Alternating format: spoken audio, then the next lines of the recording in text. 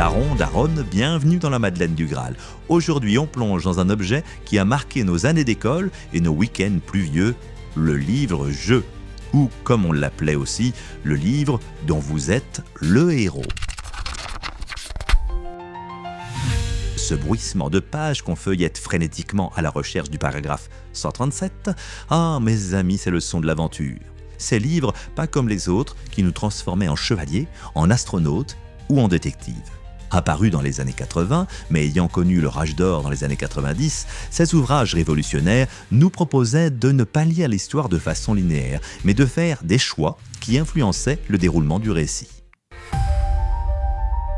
Souvenez-vous de ces séries mythiques, Défis fantastiques, Loup solitaire, Les messagers du temps. Chacun avait sa collection préférée, son univers de prédilection.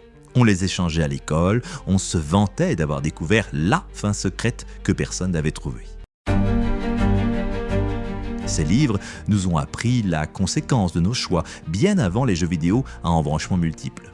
Si tu décides d'attaquer le dragon, lance 2 dés.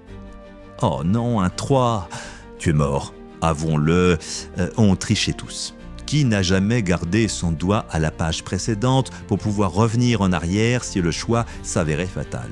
Qui n'a jamais prétendu avoir obtenu un 12 avec les dés alors qu'on avait fait un misérable 5? Ces livres étaient aussi un exercice de patience et d'organisation.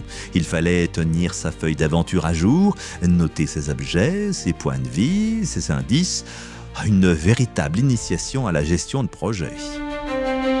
Et ces illustrations, ces dessins en noir et blanc, souvent inquiétants, parfois franchement terrifiants, qui donnaient vie aux monstres et aux situations. On se souvient tous de cette page qu'on tournait avec appréhension, de peur de tomber sur l'illustration du monstre qu'on allait devoir affronter. Aujourd'hui, avec nos jeux vidéo ultra réalistes, nos applications interactives et nos films à choix multiples, le concept a évolué. Mais ces livres ont été les précurseurs de tout ça, bien avant Black Mirror. Les livres-jeux connaissent d'ailleurs un véritable renouveau. Des rééditions de classiques, de nouvelles séries plus modernes et même des versions numériques qui facilitent la gestion de l'inventaire et les lancers de dés. Mais avouez qu'il manque ce petit côté tactile, cette sensation de tourner les pages, de chercher frénétiquement le bon paragraphe et surtout ce sentiment de solitude face à l'aventure. Pas d'internet pour chercher la solution, juste vous, votre imagination et vos choix.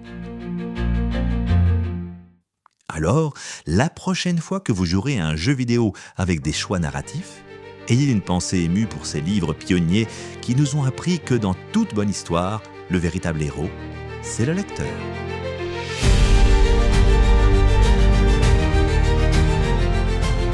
C'était la Madeleine du Graal, un podcast produit par les Studios 5 Sens et en partie réalisé à l'aide d'IA. À bientôt pour un nouveau voyage dans vos souvenirs.